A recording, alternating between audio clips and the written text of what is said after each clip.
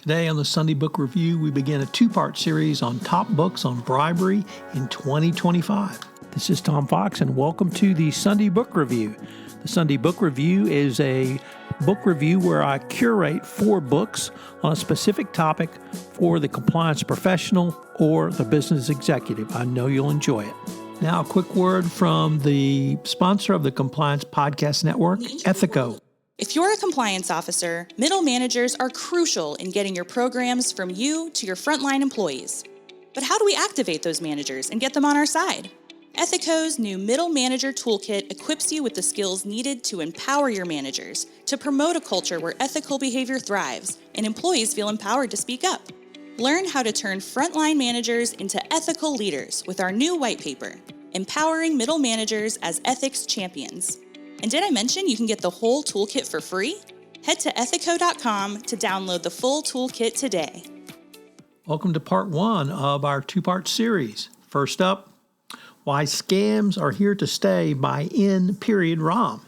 Corruption in India today is pervasive, omnipresent, and diverse, covering every branch of Indian state government and key sectors of the economy. Far from declining and fading away, it has increased exponentially in the 21st century. Why? Well, this book explains it. It is by the individual who led the investigation into the Bofors grand corruption scandal and attempts to get the measure of the political corruption in contemporary India. Next up, Barron's, Money, Power, and Corruption of the Food Industry by Austin Frerick. Barron's is the story of 7 titans of the food industry, their rise to power and consequences for all stakeholders. The book will visit the Disneyland of agriculture and learn about the food business that crime really does pay, especially when you can bribe and double-cross across the world. Barron paints a stark portrait of corporate consolidation, but it also shows a fair, healthy, and prosperous food industry is possible if the barons are thrown out. Next up, Easy, the story of corruption and stupidity. Yes, stupidity by Martin Butler. This is a story of, as I said, corruption and stupidity in the way large corporations procure and use information systems. It's self-interest all the way down to the button, and no one suffers other than the corporations themselves. Martin Butler ran Europe's largest indigenous technological analyst firm and saw plenty of corruption and stupidity. As the central characters ascend in status, they become more corrupt and more unhappy. But corruption, power corrupts, and absolute power corrupts absolutely. Now, this last one is Dictionary of Corruption with a plethora of editors and written by an expert team. It's a comprehensive source for students, academics, compliance professionals, and practitioners.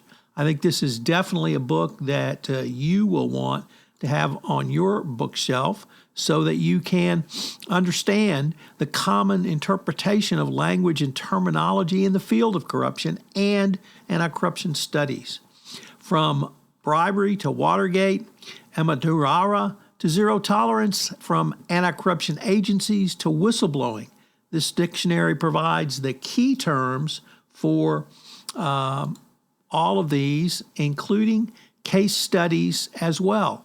I think it's a book that every compliance professional should have on their bookshelf. I have ordered it, and I certainly hope that you will consider doing so too, so that when your email searches pick up some very strange terms, perhaps you'll know why. I hope you will join us next week again, where we take up part 2 and explore 4 more books on bribery and corruption for 2025. Sponsor of the Compliance Podcast Network is Ethico, and Ethico has put together a manager's toolkit, which you can provide to your managers to help them be more effective in a speak-up culture. It's available at no cost from Ethico.